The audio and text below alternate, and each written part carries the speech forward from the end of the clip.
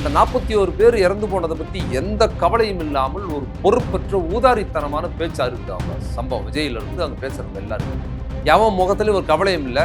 தமிழ்நாட்டு இவ்வளவு ஒரு கேவலமான சம்பளத்தை நிகழ்த்தி இருக்கிறோமேங்கிற ஒரு வெக்கம் இல்லை. ஜெயலலிதா வழக்கு போட்டு ஒரு அவதூறான பொய் வழக்கு போட்டு அவரை அரெஸ்ட் பண்ணி சொல்லும்போது அவர் கோர்ட்ல அவரா சரணடைகிறார் கோர்ட்ல. டேய் உன் மேல அவர் வழக்கும் போடல, அவர் பண்ண தப்பு என்ன தெரியுமா? அதுதான் அதை ஒருத்தர் ஏதோ வளர்றாரு அவர் இஷ்டத்துக்கு. அது ஒரு விவாத பொருளா மாறுது. அதுக்கு விளக்கம் கொடுத்துருக்கீங்க. இல்ல மக்கள் மத்தியில் அது போய் சேருது. அதாங்க அது போய் யார் சேர்க்கறது? இந்த 4.5 ஆண்டு ஆற்றோட நலத்திட்டங்கள் ஒரு பெரிய ஹீரோவா நிக்குதுங்க, வெளியில பிரம்மாண்டமா நிக்குது. நீங்க எத்தனை நடிகர்கள் எவ்வளவு பெரிய ஆட்கள் வந்தாலும் ஒண்ணும் பண்ண முடியாது. இப்ப இவங்க வெளியே வந்திருக்கிறாங்கல்ல, நல்லா குறிச்சு வச்சுங்க. அதிமுக விஜய் கட்சி கூட்டணி இருக்காது. டிடிவி தினகரன், அப்புறம் செங்கோட்டையன், ஓபிஎஸ், இந்த உப்பா கம்பெனியெல்லாம் ஒரு டீம் ஆர்கனைஸ் பண்ணி தாவேக்காவோட திமுக கூட்டணியை டிஸ்டர்ப் பண்றதுக்கான ஒரே சோர்ஸ் இன்னைக்கு விஜய் தான். அதை பாஜகவும் நிகழ்த்தும். சர்மிளா டாக்கிஸ் நேயர்களுக்கு வணக்கம். இந்த நேர்காணலில் நாம் சந்திக்கிறப்பவர் திராவிட இயக்க பேச்சாளர், சிந்தனையாளர், எழுத்தாளர் திரு வே. மதிமாறன் அவர்கள். வணக்கம். வணக்கம். முதலமைச்சர் மு க ஸ்டாலின் என்று பொது நிகழ்ச்சிகளில் பேசுகிற போது திமுகவை தொட்டு கூட பார்க்க முடியாது, சில பேர் இப்போ கிளம்பி இருக்காங்க, திமுக அழித்து பார்க்கணும் அப்படின்னு சொல்றாரு.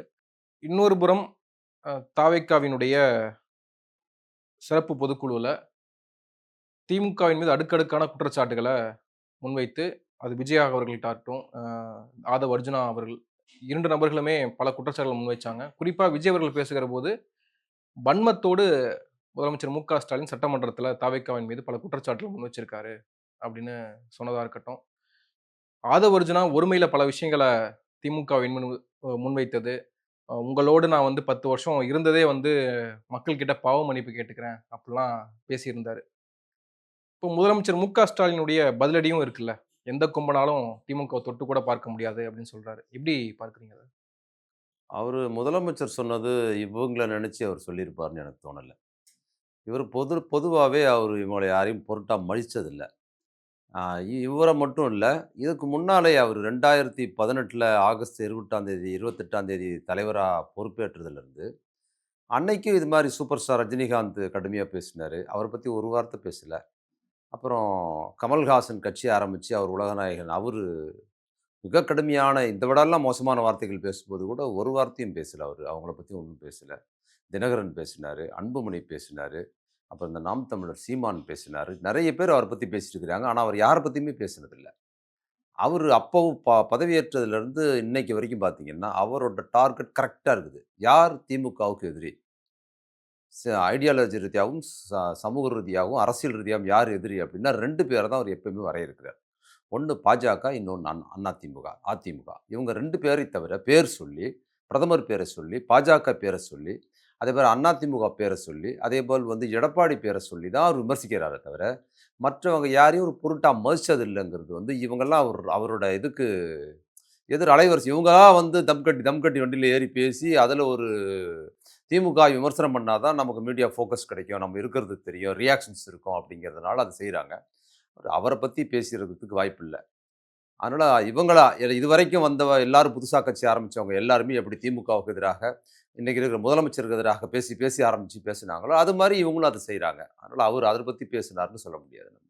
இதில் இன்னொரு பக்கம் மக்கள் மத்தியில் விஜய்க்கான ஆதரவு இருக்கு, எங்களுக்கான ஆதரவு இருக்குது, நாங்கள் உண்மையாக இருக்கிறோம், மக்கள் எங்கள் பக்கம் இருக்கிறாங்கன்னு விஜய் பேசுகிறாருல, அது மக்கள்கிட்ட எடுபடாமையா இருக்கும். இல்லை, மக்கள் எங்கள் பக்கம் இருக்காங்க அதெல்லாம் அவர் பேசுறது அவரோட செல்வாக்கு தான் வச்சுக்கோங்க. அவர் கட்சி ஆரம்பிக்க முன்னமே இருந்தால் தானே பேசுகிறாரு. மக்கள் எங்கள் பக்கம் இருக்கிறாங்க அப்படிங்கிறது சினிமாவில் டைலாக் வச்சார். ஜெயலலிதா இருக்கும்போதே அடுத்த தலைவான் பேர் வச்சார். அப்போ இருந்தே இது சொல்லிட்டு தராங்க. சினிமாவும் சொல்கிறாரு, வெளியிலும் பேசுகிறாங்க. இப்போ கட்சி ஆரம்பித்து மக்கள் எங்கள் பக்கம் இருக்கிறாரு அப்படின்னு அவர் சொல்கிறது எல்லாம் நமக்கு பிரச்சனை இல்லை. ஆனால் திராவிட முன்னேற்ற கழகம் குறித்து அவங்க பேசுகிற அவதூறுன்னு ஒன்று இருக்குல்ல. நீங்கள் அவங்க கட்சி ஆரம்பித்தது நாங்கள் பாஜக எங்களுக்கு கொள்கை எதிரி, இது அரசியல் எதிரிலாம் ஏதாவது சொன்னார். ஆனால் அப்படி கொள்கை எதிரி அது சார்ந்த விஷயங்களில் இப்போ சுத்தமாகவே பாஜக குறித்து பேசுகிறதே இல்லை. நம்ம ஆரம்பத்துலேருந்தே பேசிட்டு இருக்கிறோம், அவங்க பாஜகவுக்கு ஆதரவாக ஒரு விஷயமாக தான் செயல்படுறாங்கன்னு. அப்போ திமுக குறித்தான அவதூறுகள் பேசுவது, மிக மோசமாக அது குறித்தான இழிவாக பேசுவதுங்கிறது தொடர்ந்து செய்கிறாங்க. இதில் என்ன ரொம்ப மோசமான விஷயம் அப்படின்னா, அந்த கரூர் சம்பவம் நடந்து 41 பேர் இறந்ததுக்கு பிற்பாடு அதிகாரப்பூர்வமா அவங்க கட்சி பொதுக்குழு நடந்திருக்குது. தாவேக்காவோட பொதுக்குழு, விஜய் கட்சியோட பொதுக்குழு. அந்த பொதுக்குழுல இந்த 41 பேர் அங்க நசுங்கி செத்ததுக்கு நம்ம தான் காரணமா இருந்திருக்கிறோம் அப்படிங்கிற ஒரு குற்ற உணர்வு. நம்ம தான் காரணமா இருந்திருக்கணும். அது நம்ம கட்சி கூட்டத்துக்கு வந்தவங்க இறந்து போயிட்டாங்கங்கிற, நம்ம தான் காரணமா இருந்திருக்கிறோங்கிறது உண்மையானது. இல்ல நாங்கலாம் அத செய்யலன்னு இவங்க சொன்னாலும், நம்ம கூட்டத்துக்கு வந்து கலந்துட்டவங்க இறந்து போயிட்டாங்கன்னு கூட அத சொல்லலாம். நம்மள பார்க்க வந்தவங்க, நம்ம பேசும்போது ஒரு 3 நிமிஷம் பேசும்போது இறந்து போயிட்டாங்களேங்கிற, அது மாதிரியான எந்த சூடுமே இல்ல பார்த்தீங்களா? எதுவுமே இல்ல. அந்த பொதுக்குழுல ஒரு ஒரு ஒரு இவ்வளவு நாள் 40, 45 நாள் வெளியவே வராம இருந்து, எங்கேயுமே வராம இருந்து, ஏன்னா சோகத்துல இருக்காரு. அவர் வெளியில வர முடியல. ஏங்க அவர் போய் சொல்லலன்னா, அவர் வெளியவே வர முடியல. அப்செட் ஆயி அப்படியே ஒண்ணுமே முடியாம படுத்த படுக்கையா கிடக்குறாரு. 47 பேர் நசுங்கி செத்து போயிட்டாங்க அப்படின்லாம் சொன்னாங்க. ஏன் வரலன்னு கேட்டதுக்கெல்லாம் சொல்லி. மகாபலிபுரத்துக்கு வர வச்சு கூட அவரால மனசு துயரம் தாங்க முடியல. கால்ல விழுந்தார். அது விழுந்தாருன்னா செய்தி சொன்னாங்க. பொதுக்குழுல ஒருத்த மூஞ்சிலயும் அத பத்தியான சாயலே இல்ல. 40 நாட்களுக்கு பிறகு விஜய் முகத்துல சிரிப்ப பார்க்கிறோம் அப்படின்னாங்க. அதாங்க. அதுமான எந்த சாயலுமே 41 பேர் இறந்து போனது, ஏதோ உகாண்டா பூகம்பத்தில இறந்து போன மாரி ஒரு சாயல் கூட அவனுங்க மூஞ்சில யார் மூஞ்சிலுமே இல்ல. அத பத்தி எந்த பாதிப்பும் இல்ல. ஒரு குற்ற உணர்வு இல்ல, ஒரு வெட்கம் இல்ல, எதுவுமே இல்லாம சவடால் பேசுறாய்ங்க, பொய் பேசுறாங்க, பஞ்ச் டயலாக் பேசுறாங்க, சிரிக்கிறாரு. அவரு ஒரு மாரி ஆக்ஷன் குடுக்குறாரு, கண்ண மூடுறாரு, அமைதியா இருக்கிறாருன்னு. இது எப்படி முடியுது? எவ்வளோ டேஞ்சரஸா இருக்கிறாய்ங்க பாருங்க. அவங்க பேசுன விஷயத்தெல்லாம் விட்டுருங்க. அவங்களோட ஆட்டிட்யூட் எப்படி? அவங்களோட செயல்பாடு அவங்க நடந்துக்கிற விதம் எப்படி இருக்கு பாருங்க. அத பத்தி எதுவுமே இல்ல. எதுவுமே இல்லாம என்ன பேசுறாங்க? கரூர் சம்பவம் குறித்து நினைவு கூர்ந்து என்ன பேசுறாங்கன்னு பார்த்தீங்கன்னா, தன்னை பார்க்க வந்து 41 பேர் குழந்தைகள் உட்பட இறந்து போயிட்டாங்கங்கிற துயரமும், அதற்கான வருத்தமும், அதற்கான கோபமும் கூட இல்லாம, என்ன சொல்றாங்கன்னா, சட்டசபையில பொய் சொன்னாரு. எங்களுக்கு எதிரா அவதூறு சொன்னாரு. நாங்க பார்த்தீங்களா? சுப்ரீம் கோர்ட்ல என்ன சொன்னாங்கன்னு பார்த்தீங்கன்னா, இது போன்ற சவடால்கள் பேசுறது, இவங்க எவ்வளோ ஆபத்தானவர்கள், எவ்வளவு மோசமானவர்கள் இருந்தா காட்டுது அந்த பொதுக்குழுல. அவங்க பேசுன விஷயத்தெல்லாம் வச்சுருங்க.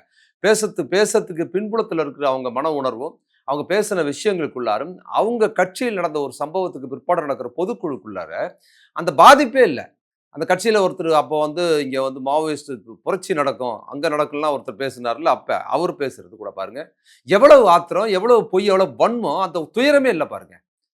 குறைந்தபட்சம் இவங்க எங்கள 41 பேர நீங்க கொன்னுட்டீங்களே!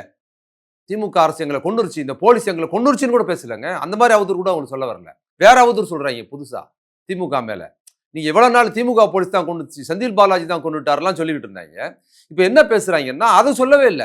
நீங்க அந்த கவலையில கூட, நீங்க திமுக மேல சொல்ல அவதூறுகள, நீங்க அந்த கவலையின் பின்புலத்துல இருந்து திமுக எங்கள 41 பேர் எங்க எங்க எங்க கூட்டத்துக்கு வந்து நசுக்கி கொன்னுட்டீங்களே! அப்படிங்கிற அந்த கோபம் அல்லது அந்த வருத்தம் அப்படி ஒரு துணியில கூட இல்ல.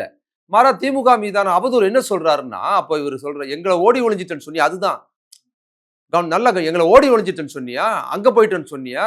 அப்புறம் இன்னொன்னு சொல்றாரு. செந்தில் பாலாஜி தான் முதல்ல வரைக்கும் சொல்லிக்கிட்டு இருந்தாங்கல்ல. அங்க எல்லாரையும் கொன்னது செந்தில் பாலாஜி தான். நீங்கலாம் நல்லா அப்படி அதுவே இல்ல. இப்ப எப்படின்னா, செந்தில் பாலாஜி பெரிய ரவுடியா? இந்த வரேன்டா அத விட பெரிய ரவுடின்னு. எவ்வளவு கேவலமா இருக்கு பாருங்க. எவ்வளவு இழிவா இருக்கு பாருங்க. அந்த சம்பவத்தின் சுவடுகள் அதுவரைக்கும் இவங்க ஓடி ஒளிஞ்சது, அந்த சம்பவத்தை இவங்க தான் பண்ணாங்கன்னு சொன்னபோது, நாங்கலாம் இல்லன்னு சொல்லிக்கிட்டு இருந்தோம் கூட, இந்த பொதுக்குழுவுல அவர்களே திரும்ப திரும்ப அவர்கள் நிகழ்த்திய விஷயங்களுக்கு ஒவ்வொன்னுத்துக்கும் அவர்களே சாட்சியா இருக்கிறாங்கன்னு சொல்றேன். இந்த பொதுக்குழுவில் பேசப்பட்ட விஷயங்கள்ல, திமுக மீது குற்றச்சாட்டுகள்ல, பாச உணர்வோடு 41 பேர் இறந்து போயிட்டாங்களே, நீங்க தான்யா கொன்னீங்க, உங்க போலீஸ் தான் பண்ணுச்சுன்னு சொல்லிக்கிட்டு இருந்தாங்க. அத கூட சொல்லல மேடையில. அந்த உணர்வு கூட 47 பேர் இறந்து போய் அது மாரி கிடையவே கிடையாது இவங்களுக்கு. வேற என்ன சொல்றாங்கன்னா, இந்த மாரி கோர்ட்ல போனோம். கோர்ட்ல உங்கள என்ன சொன்னாங்க? சிஎம் சார் அவர்களே, சட்டசபையில நீங்க என்ன பேசுறீங்கன்னு தன்னை ஜஸ்டிஃபை பண்ணிக்கிறதுக்கு நாங்க போய் சுப்ரீம் கோர்ட்ல ஜெயிச்சுட்டோங்கிற மாதிரியான கேஸ நாங்க கைப்பற்றிட்டோம். உங்களுக்கு இது இல்லையான்னு பேசுறது எல்லாமே, அந்த 41 பேர் இறந்து போனத பத்தி எந்த கவலையும் இல்லாமல் ஒரு பொறுப்பற்ற ஊதாரித்தனமான பேச்சா இருக்குது அவங்க சம்பவம். விஜய்ல இருந்து அங்க பேசுறவங்க எல்லாருமே. எவன் முகத்திலயும் ஒரு கவலையும் இல்ல. தமிழ்நாட்டு இவ்வளவு ஒரு கேவலமான சம்பவத்த நிகழ்த்தி இருக்கிறோமேங்கிற ஒரு வெட்கம் இல்ல. ஒரு அவமானம் இல்ல. எதுவுமே இல்ல அவங்ககிட்ட. சூடு சொரணை சொல்லுவாங்கல்ல, அதெல்லாம் இல்ல. இது எதுவுமே இல்ல. எதுவுமே இல்லாம ஒரு பொதுக்குழு நடந்திருக்குது. அப்புறம் மீடியாவுலயும் மத்த இடங்கள்லயும் அவங்க இந்த மாரி வெட்டியா பேசுறத எடுத்து வச்சுக்கிட்டு, ஆதரவா, எதிர்வா பேசுற இந்த மோசடி திரும்ப அடுத்து தொடருது. இன்னைக்கு எல்லாரையும் பதில் குடுத்துட்டு இருக்காங்கல்ல. அதாங்க அதுதாங்க நடக்குது. கரூர் சம்பவம் நடந்த அவ்வளவு பெரிய துயரத்துக்கு பிற்பாடு வந்து அன்னையிலிருந்து இன்னைக்கு வரைக்கும், இந்த அக்கப்போர் பயலுவல பத்தி பேசுறதே விவாதமா இருக்குங்க. இது ஒரு ரெவென்யூவா இருக்குது எல்லாத்துக்கும். ஆதரவா இருக்கிறவனுக்கு வருது, எதிரா இருக்கிறவனுக்கு வருது. அது குறித்து இப்ப என்னன்னா, இப்ப பேசுறது பிரச்சனைய எடுத்து பேசுறது. விஜய் நீங்களே பேசுறது. சொன்னீங்கல்ல, இப்ப யார் ஓடுனதுன்னு அவர் சொல்லிட்டு சொல்றாரு. முதலமைச்சர் மு.க.ஸ்டாலின் அவரோட தந்தையார் அரெஸ்ட் பண்ணப்போ நீங்க எங்க போய் ஓடி ஒளிஞ்சீங்க? இதெல்லாம் அவங்களுக்கு எத பத்தி தெரிஞ்சிருக்குது? எங்க ஓடுனாரு? அவர தான் கைது பண்ண சொல்றாங்க. இது எல்லாத்துக்கும் தெரிஞ்சது தான். அவர் மேயரா இருக்கிறாரு. அவரு தான் டார்கெட் அவங்களுக்கு. இது எவ்வளவு மோசடி. நான் கைது பண்ணி எங்க போயிட்டாங்க? ஏதோ கோர்ட்ல வந்து சரண்டர் ஆயிடுறாரு. இந்த தலைமறைவு ஆயிட்டாரா உன்ன மாரி? நீ உள்ளேயே படுத்துக்கிட்டு வெளியே வரல எவனுமே. ஒருத்தன் கூட வரல. சம்பவம் அதாவது போலீஸ் ஒரு வழக்கில் அரசு ஒரு வழக்கில் வழக்கு போட்டு இவங்கள கைது பண்ண வர்றதுக்கும், இவங்க வந்து கூட்டம் பார்க்க வந்து 47 பேர் இறந்து போனதையும் ஒப்பிட்டு பேசுறது எவ்வளவு பெரிய அயோக்கியத்தனங்க இது.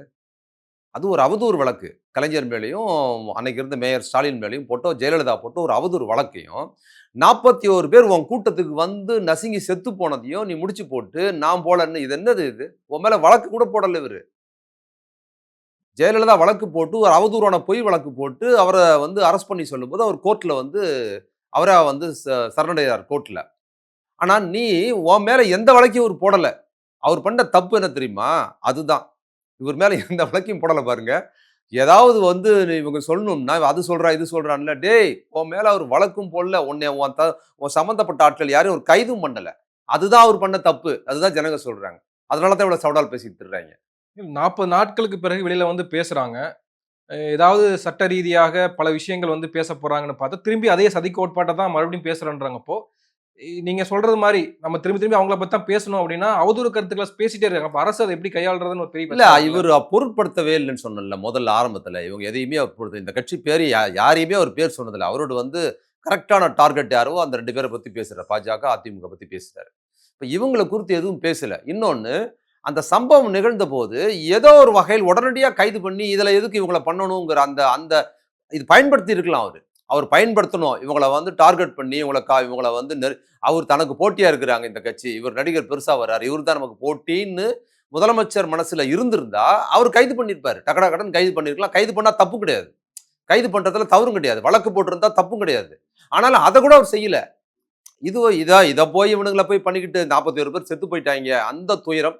அத எப்படி பார்க்கிறது? அதுக்கு முறையான விசாரணை பண்ணி சரியா போலாம் அப்படிங்கிறத தான் பார்த்தாரே தவிர, நெருக்கடியான சூழல்ல உன் கட்சிக்காரனும் நீங்களும் சேர்ந்து ஒரு சம்பவத்தை இவ்வளவு மோசமான ஒரு சம்பவத்த 47 பேர் இறந்து போது காரணமா இருக்கும்போது கூட, உங்களுக்கு எதிரான நடவடிக்கை அவர் செய்யவே இல்ல. அப்படி இருந்தும் நீ வந்து இந்த அரச வந்து இவ்வளவு கேவலமா பேசுற, மோசமா பேசுறன்னா, உன்னோட நோக்கம் தேர்தல்ல இந்த திமுகவுக்கு எதிராக தயாரிக்கப்பட்டு நீ நிக்கிற. அதனால தான் பாஜக குறித்து எதுவும் பேசுறது இல்ல. இந்த ஆட்சி வந்தா நாங்க 2026ல நாங்க தான் ஆட்சிக்கு வந்துருவோம்னு இதே வசனம் பேசுறது திரும்ப.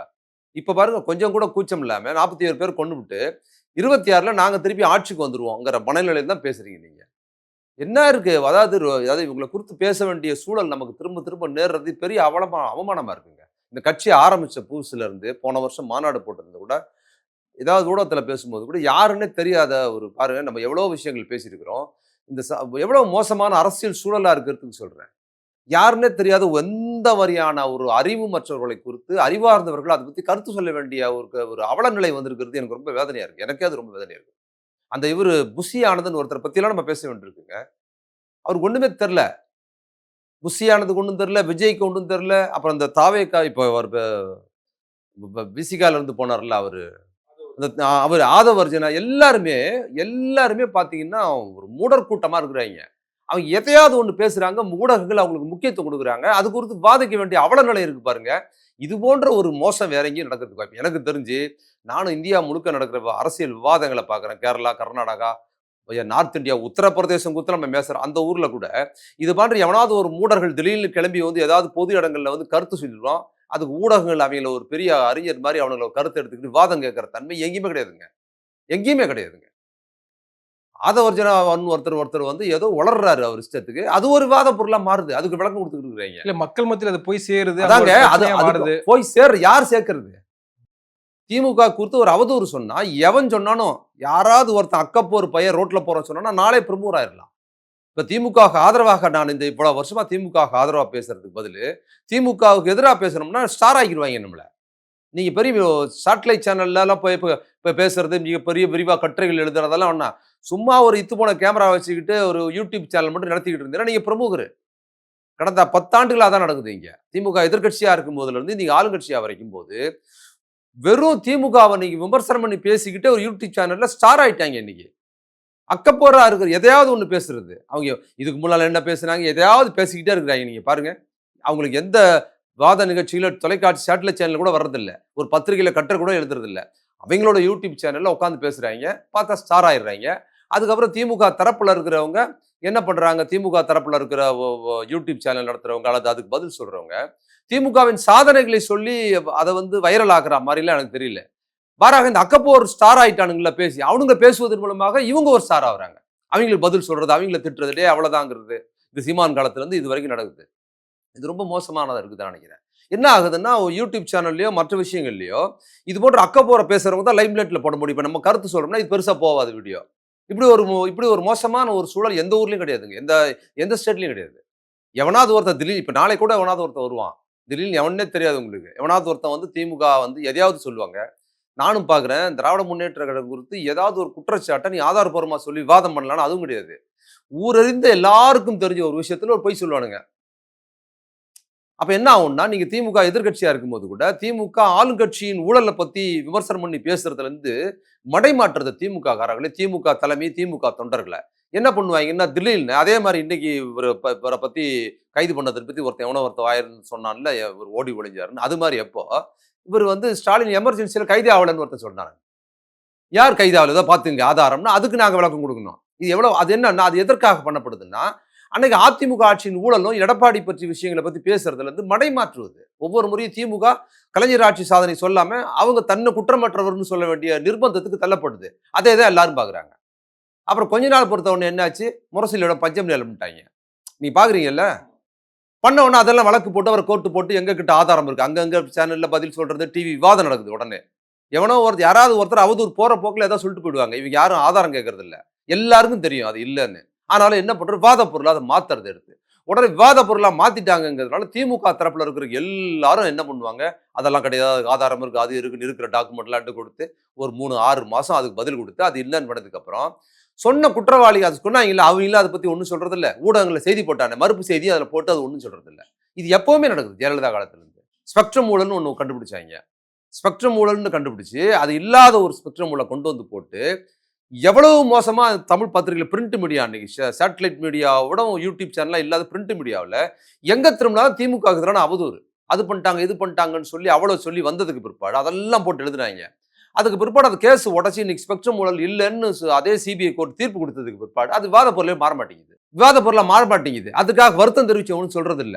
திருப்பியும் அதை ஸ்பெக்ட்ரம் ஊழலை மீண்டும் நோண்டுவார்களா? இப்படித்தான் தலை போடுறாங்க. இப்ப நீங்களே பல பேட்டிகள்ல சொல்லியிருக்கீங்க. வதந்திகளும், பொய் பிரச்சாரங்களும் திமுக எதிராக தொடர பயன்படுத்தப்படுது. இன்றைக்கு வரைக்கும் அது நடக்குது. காட்டு தீம இப்ப எப்படி நடக்குது? ஆளுங்கட்சி ஆனதுக்கு பிற்பாடு இந்த 4 ஆண்டு ஆட்சியில வந்து பெண்களுக்காக போட்ட திட்டங்கள் இந்தியாவிலே இல்லாத அளவுக்கு போட்டிருக்காங்க.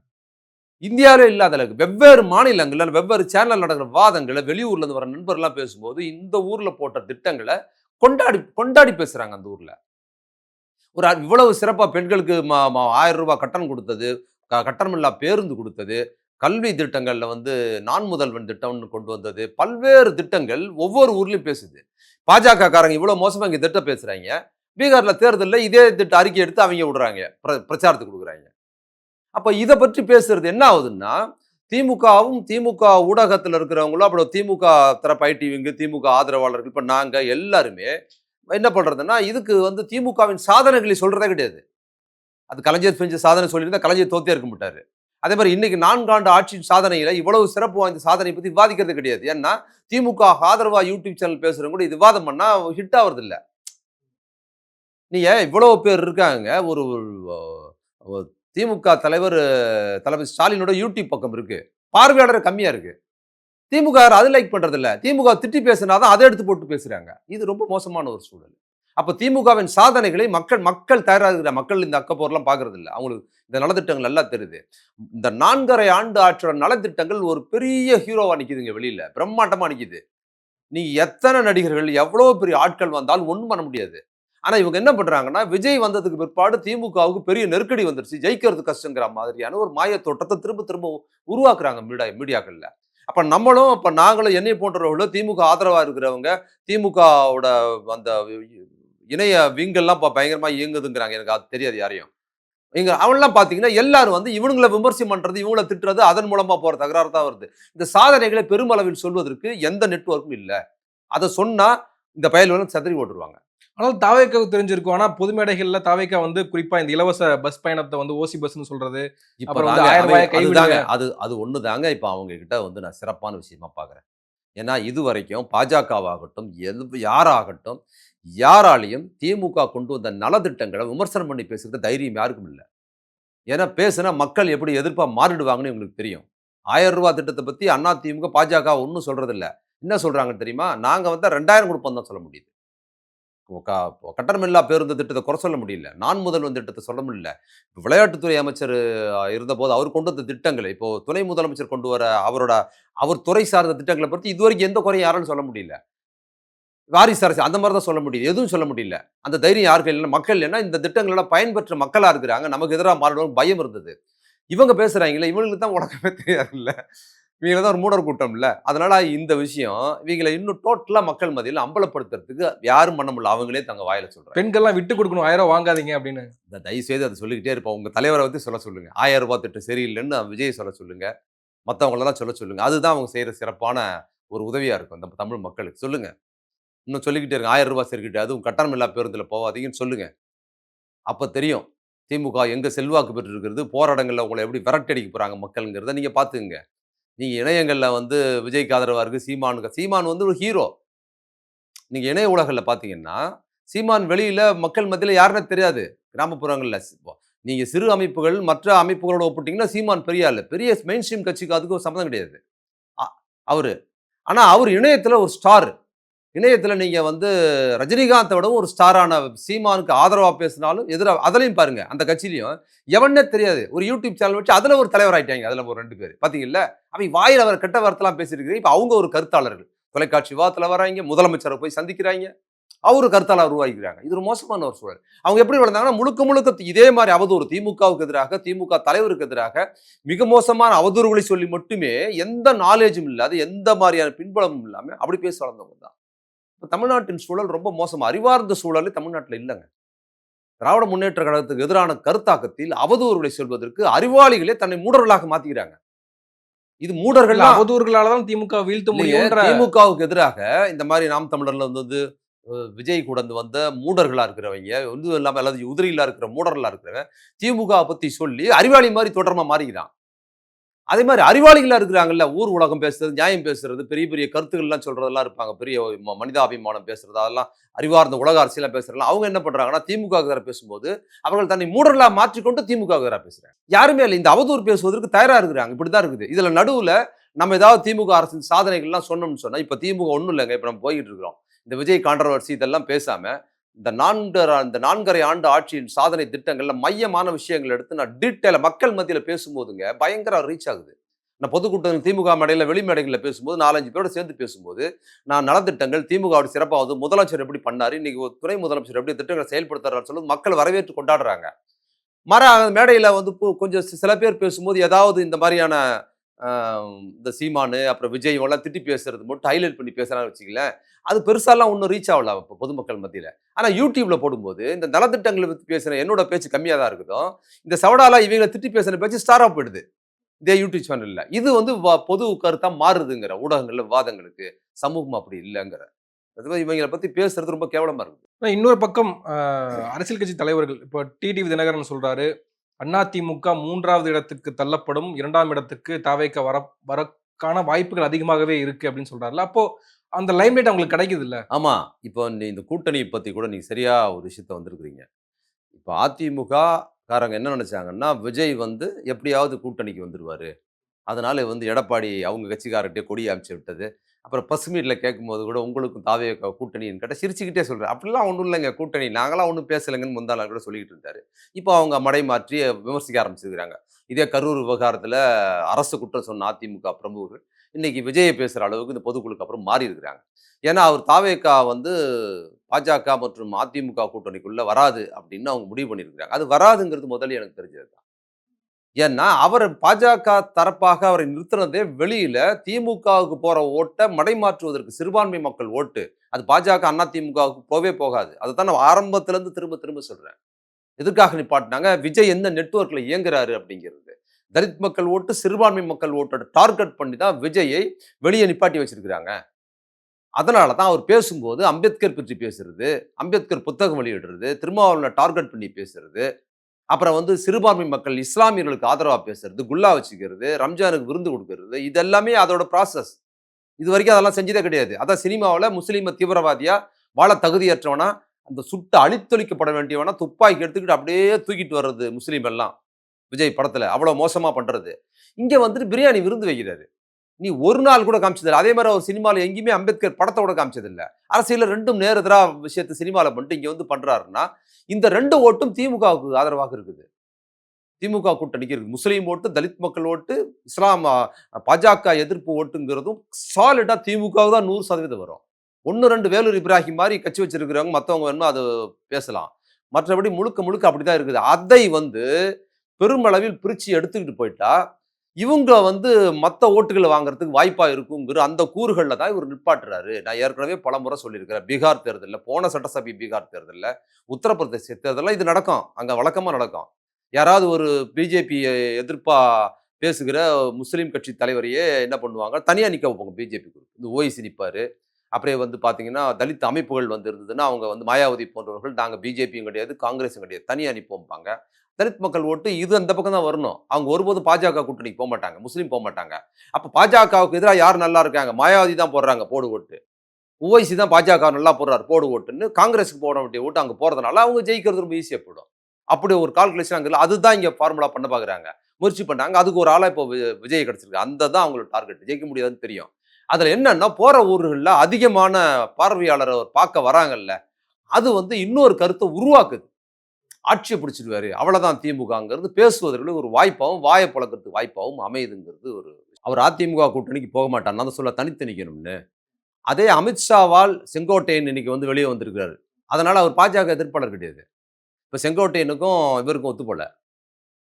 இபிஎஸ்க்கும் வெளியே வந்து சண்டை பண்ணி நீக்கி விட்டுட்டாங்க. அப்புறம் தினகரன், ஓபிஎஸ், இவரு செங்கோட்டை இவங்க 3 பேரும் ஒரு அணியா திரும்பி தனியா இருக்கிறாங்க. இப்ப இவங்க என்ன பாஜக எதிர்ப்பு முகமா? அவர் என்ன சொல்றாரு? இந்த கட்சி நல்லா ஒத்துமையா இருக்கணுங்கிறதுக்கு தான் என்கிட்ட அமித்ஷா சொன்னாருன்னு செங்கோட்டையன் இன்னைக்கு சொல்லியிருக்காரு.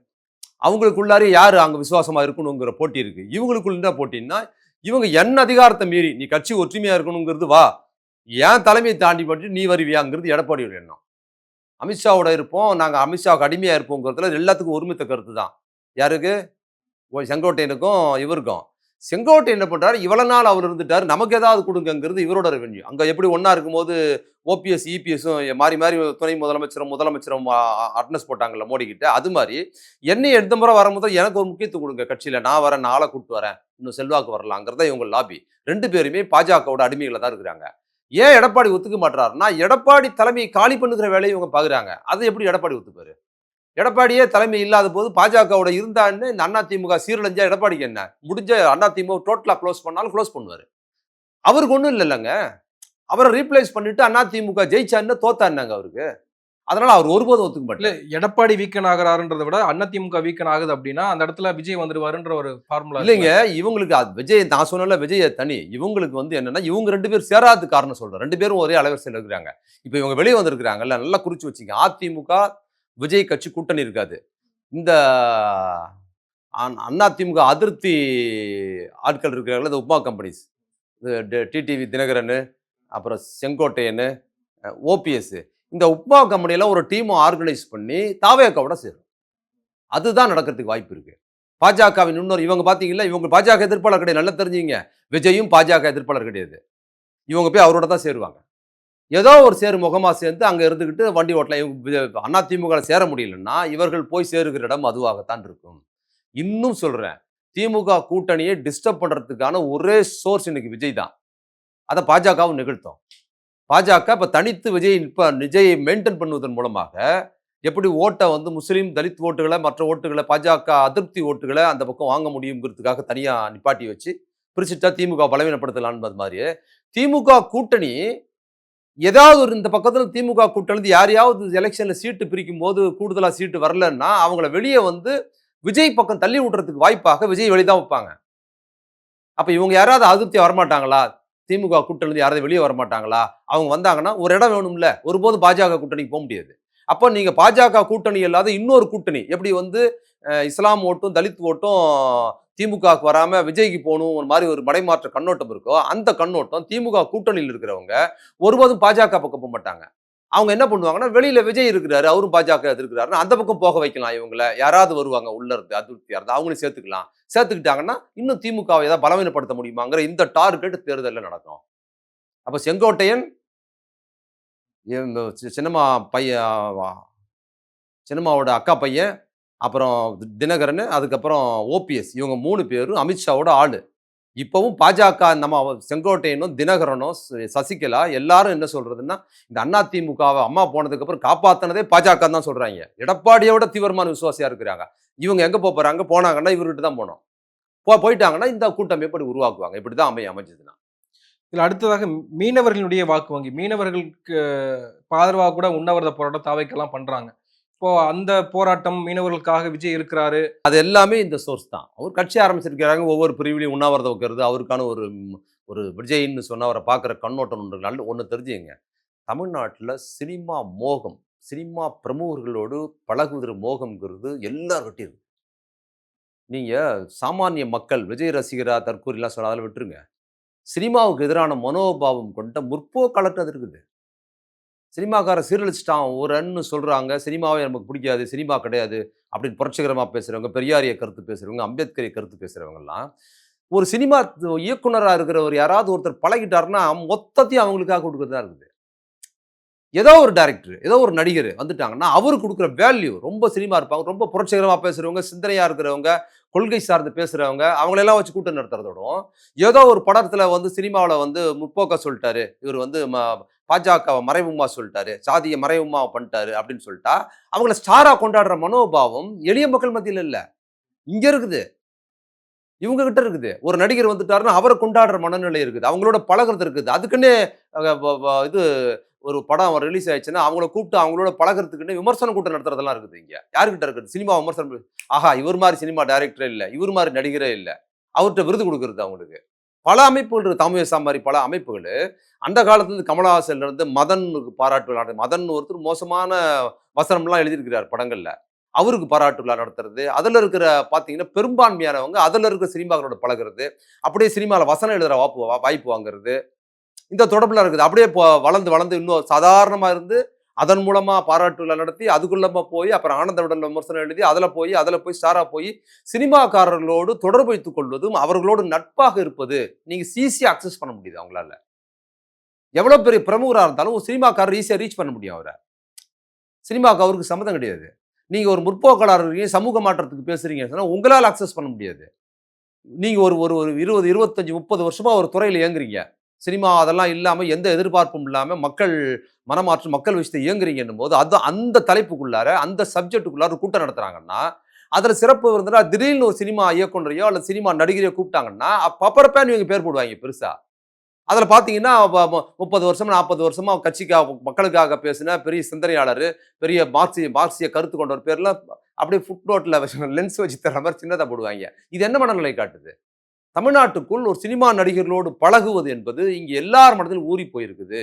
இங்க பெரிய மார்க்சியம், பெரியாரியும், அம்பேத்கரையும் எல்லாம் படிச்சுட்டு ரொம்ப முற்போக்காக சமூக மாற்றத்துக்காக செயல்படுறவங்களே, அதுக்குள்ளார ஒரு ஜூனியர் ஆர்டிஸ்டா இருக்கிறவரோட தொடர்பு கிடைச்சா கூட, அது ஒரு பிரமுகரா கருதுறதுக்கு மனோபாவம் தமிழ்நாட்டின் இயல்பான ஒரு மனோபாவம். இல்ல திரைப்படங்கள் முதலமைச்சரை இன்ஃப்ளூயன்ஸ் பண்ணது அவரே திரைப்படங்களுக்கெல்லாம் இல்லைங்க, போறாரு. தமிழ்நாட்டின் இயல்பான மனோபாவம், சினிமாக்காரர்களுக்கான முக்கியத்துவம், எதிர்க்கட்சி, ஆளுங்கட்சி, அந்த கட்சி, இந்த கட்சி, முற்போக்காளர்கள், தனி மானதலா இன்டலெக்சுவலா நான் பெரிய இன்டலெக்சுவல், நான் எதையும் பார்க்க மாட்டேன், நான் பெரிய புரட்சிகரமா பேசுவேன்னா, சினிமா சினிமா சம்பந்தமா அவங்களோட தொடர்பு ஏற்படுத்தினா இருக்கு. அந்த தொடர்பு பார்த்தீங்களா? இது இருக்கு.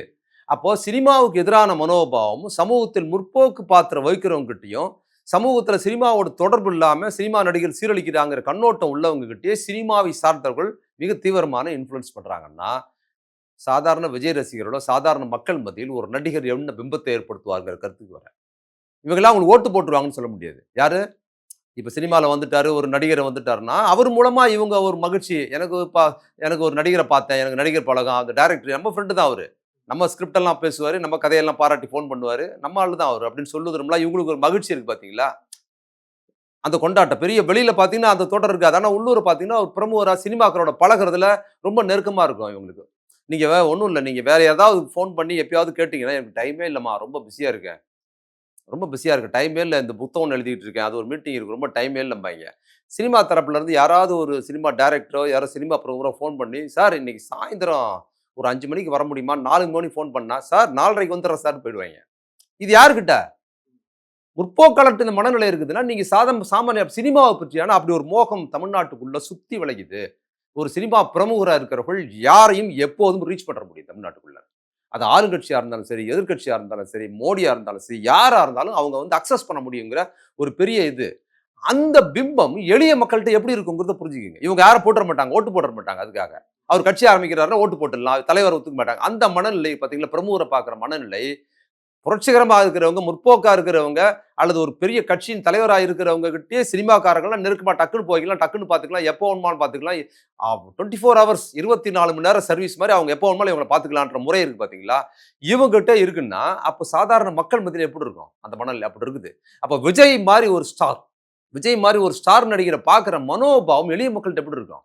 இப்ப விஜய் மட்டும் யாரையாவது இந்த பக்கத்துல இருக்கிற பார்க்கணும்னு சொன்னா திபு திபுன்னு ஓடுவாய்ங்க பார்க்கறதுக்கு எல்லாரும். இந்த பக்கத்துல இருக்க விஜய் விமர்சிக்கிற எல்லாரும், விஜய் பெரிய ஆளான்னு கூப்பிட்டா, விஜய் சார் உங்கள சந்திக்கணும்னு விரும்புறாரு. நான் பார்க்கலாம். சந்தோஷம். என்ன விஜய் கூப்பிட்டுருக்காரு என்னன்னு தெரியலையே, நம்மளெல்லாம் பார்த்துருக்காரு அப்படிம்பாய்ங்க. இந்த மனநிலை இருக்குல்ல, இது பொதுமக்கள்கிட்டயும் இருக்குது. அது ஓட்டல்ல பார்க்குற மனநிலை. தமிழ்நாட்டின் சாபக்கேடு சினிமா மோகம்ங்கிறது மட்டும் இல்ல. சினிமா பார்க்கறதுல ஒண்ணும் பிரச்சனை இல்ல. சினிமா பிரமுகர்களோடு நீங்க ஒண்ணும் இல்லங்க. ரொம்ப நாளைக்கு முன்னாலேயே கவிஞர் அப்துல் காதர்ன்னு ஒரு இருக்காரு. பேராசிரியர் அப்துல் காதர். அவர் ஒரு முறை பேசினாரு. எனக்கு நல்ல நினைவு இருக்கு. 89 90லயோ திருப்பத்தூர் மாநாட்டுல பேசினாரு. அப்ப ஆட்டுக்கார அலமேல்னு ஒரு படம் வந்தது நாங்க இருக்கும்போது. அவர் சொல்றாரு, ஆட்டுக்கார அலமேல் வந்தபோது அந்த படம் பயங்கரமா ஓடுச்சு. ஒவ்வொரு ஊருக்கு வந்தது. ஒவ்வொரு ஊருக்கு வந்தபோது, அந்த ஊர்ல ஆட்டுக்கார அலமேலு நடிச்ச ஆடு வந்ததுன்னு சொல்லி அத பார்க்கறதுக்கு ஊரே வந்து நிக்குமாங்க. வேன்ல நிப்பாட்டி வச்சுட்டு ஆட ஸ்டூல் போட்டு நிக்குமா. ஆடு அப்படி அவர் சொல்லுவார் பேராசிரியர். ஆடு அப்படி நிக்கும். ஊர் முழுக்க கூடி ஆட்டுக்கார ஆள் மேல நடிச்சு ஆடு வந்திருக்கான். ஒடியாங்க ஒடியாங்கன்னு ஆடு அப்படி நிக்குமா மேல. ஜனங்க சுத்தி அப்படி ஆயிரக்கணக்கான இந்த ஆடு தான் ஆட்டுக்கார ஆள் மேல நடிச்ச ஆடு. இந்த ஆடு அப்படி போடுச்சு அந்த படம். இந்த ஆடு தான் பார்ப்பாங்களா. அவர் எழுதினார் கவிஞர் அவர் எழுதினாரு.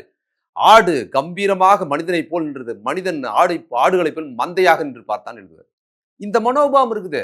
ஆட்டுக்கார அலமேல்ல நடிச்ச ஆட பார்க்கறதுக்கு கூடி நின்ன ஊடுதாங்க இது. இப்ப விஜய் பார்க்க வராதா? விட்டிருந்தா அன்னைக்கு நசுங்கி ஒரு 50 பேர் செத்துருப்பாங்க. அந்த கூட்டத்துல ஆட்டுக்கார அலமேல் நடித்த ஆடை பார்ப்பதற்காக நசுங்கி செத்தவர்கள் அப்படி கூட வந்திருக்கும் அன்னைக்கு. அது என்ன மனநிலையோ அது மாதிரி ஒரு நடிகன் பார்க்கும்போது எப்படி இருக்கும் பாத்துங்க. நீங்க நீ மிகைப்படுத்தி சொல்ல. நீங்க ஒண்ணு நீங்க வந்து ராமநாராயணன் கவர் பண்றதெல்லாம் அதுவும் இயல்பு தான். நியூஸ் மீடியா விஜய் கவர் பண்றது ஒண்ணும் இல்ல. இது நீயா படத்தில் நடிச்ச பாம்பு இதுதான் சொன்னீங்கன்னா 10 பேர் என்ன பார்ப்பாங்க. எல்லாம் பார்ப்பான்.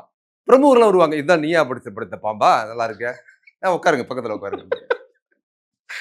அது சினிமாங்கிறதுக்கு அப்படி ஒரு மனோபாவம் இருக்குல்ல. அந்த மனோபாவம் இந்த சமூகத்தில் முற்போக்காகவும் அடுத்த கட்டமா போறவங்ககிட்டயே இருக்குதுன்னு சொன்னா எளிய மக்கள்கிட்ட எப்படி இருக்கும்? இந்த நாடு ஆட்டுக்கார அலமேல் நடித்த ஆடை பார்ப்பதற்கு சாலைகளில் மந்தையாக நின்று பார்த்த சமூகம் நம்ம சமூகம். அப்ப இது போன்ற ஒரு நடிகர் எந்த மாற்றமும் இல்ல. அவங்க எந்த மாதிரி இருக்கிறாங்க ரசிகர்கள் அவங்க பேசுறதெல்லாம் பாத்தீங்கல்ல. இந்தியான்னு ஒரு நாடுங்கிறது அவங்களுக்கு தெரியல. தமிழ்நாடு ஒரு மாநிலம்ங்கிறது அவங்களுக்கு தெரியல. எதுவுமே தெரியல. இப்படி ஒரு கூட்டம் உருவாகிட்டே இருக்குது. இதுக்கு என்ன காரணம்? இதுக்கு சினிமா தான் அதை தயாரிக்குது. கல்வி அறிவு பின்தங்கி இருக்கிறான். ரொம்ப மோசமான மனநிலையில இருக்கிறான். அவங்க கிட்ட வந்து நாங்க தான் ஆட்சிக்குன்னு அவங்க பேசுறாய்ங்க. அவங்க அம்மாட்ட போய் கேட்டு பாருங்க. என்ன சொல்றேன்? ஒருத்தன் பேசுறான்ல, அவ்வளவுதான். ஸ்டாலின்லாம் கிடையாது. உதயநிதி ஸ்டாலின் தான் அவ்வளவுதான்னு சொல்றான்ல. அந்த பையன் சின்ன பையனா இருக்கிறான். 18 வயசு கூட அவனுக்கு இல்ல. அவங்க அம்மாட்ட போய் கேட்டு பாருங்க. அவங்க அம்மா ஓட்டு திமுக தான். அந்த அம்மா ரூ. 1000 வாங்கும். இது ஏதோ வீட்டு கிடக்காம போதுமா? மாசம் மாசம் அவர் முதலமைச்சர் ரூ. 1000 குடுக்குறாரு. அது வாங்கியாந்து வச்சு இத தூக்கின்னு போயிட்டு குரங்கு அந்த காச. எடுத்துன்னு போய் அந்த விஜய் படம் பார்க்கறதுக்கு போறேன். மீட்டிங் வராருன்னு போயிடுதுன்னு சொல்லி அந்த அம்மா புலம்பும். இப்போ ஒரு விபத்துல கூட இறந்து போன பையனுக்கு 20,00,000 கிடைச்சதுக்கு பிற்பாடு, விஜய்க்கு ஆதரவா ஒரு அம்மா பேசுறாங்கல்ல, என் பையன் போயிட்டான். அவன் போனா அவனுக்கு வருத்தம் இல்ல. அவர் விஜய் சார் வருத்தப்பட வேண்டாம்னு அம்மா சொல்லுதுன்னா, அவங்க குற்றமா அத சொல்லல. ஏன்னா அந்த பையன் நீங்க கணக்குல பார்த்திருந்தீங்கன்னா, இவ்வளவு நாள் அந்த விஜய் படம் பார்க்கறது அது இதுன்னு ஊதாரித்தனமா வீட்டுக்கு எந்த பொறுப்பும் இல்லாம ஒரு பையனா இருந்திருப்பான். காசு குடுத்திருக்க மாட்டான். அந்த அம்மா எங்கேயோ கூலி வேலைக்கு போய் கொண்டாந்து காசு வச்சிருந்தா, அத தூக்கிட்டு போய் என்ன பண்ணியிருப்பான், விஜய் படத்த போயிருப்பான். விஜய் மதுரை மாநாட்டுக்கு வர சொல்லியிருக்காருன்னு போயிருந்திருப்பான். ஆனா அவன் இறந்து போன அதிர்ச்சியில இருந்ததுக்கு பிற்பாடு, அந்த அம்மா வந்து பையன் போயிட்டானேன்னு சோகத்துக்கு இருந்தபோது, இப்ப வந்து ஒரு 30, 35 லட்சம் ரூபாய் பணம் வந்துருனோன அந்த அம்மாவுக்கு கண்ணீர் வருது. "நம்ம பையன இப்படிலாம் சொல்லிட்டோமே, அவன் செத்து போயிட்டானே, அவன் விஜய் ரசிகரா இருக்கிறதுனால தானே இந்த ரூ. 35 வந்திருக்கு யா ராஜா" அப்படிங்கிற அந்த மனநிலையிலிருந்து அந்த அம்மா என்ன பண்ணுது, விஜய் கவலைப்பட வேண்டாங்கன்னு சொல்லுது. பையனை வந்து விட்டு கொடுத்தோங்கிற எண்ணம்லாம் அந்த மனசுல இருக்காது. இல்ல பணத்துக்காக ஒண்ணு பேசுறாங்கன்னு ஒண்ணு. இல்ல பணத்துக்காக பேசுறதுக்கான உளவியல் தான். பணத்துக்காக அவங்க பேசல. இந்த பையன் எனக்கு எந்த பயனும் இல்லாம இருந்தான். ஆனா விஜய் ரசிகரா இருந்து எந்த பயனும் இல்லன்னு சொன்னோமே. விஜய் ரசிகரா இருந்ததுனால தான் நீங்க ரூ. 35,00,000 என் பையன் சம்பாரிச்சு குடுத்துருக்கான். அப்படிங்கிற அந்த கண்ணோட்டம் அந்த மக்கள் மத்தியில, பாமர மக்கள் மத்தியில இருக்குது. சிறப்பு பொதுக்குழுல கூட நீங்க சொன்ன மாதிரி, ஒரு அம்மா வந்து என் பொண்ணு வந்து ஐசியூல அட்மிட் பண்ணியிருக்காங்க. அத கூட நான் பார்க்க போல. விஜய பார்க்கறதுக்காக நான் வந்திருக்கிறேன். அப்படின்னு ஐசியூல இருக்க குழந்தைய அதாங்க விட்டுட்டு இது மாரி ஆட்கள் பேட்டி எடுத்து போடுறாங்கல்ல. இதெல்லாம் பார்த்தா அவங்க பிரமுகர் ஆயிடுறாங்க.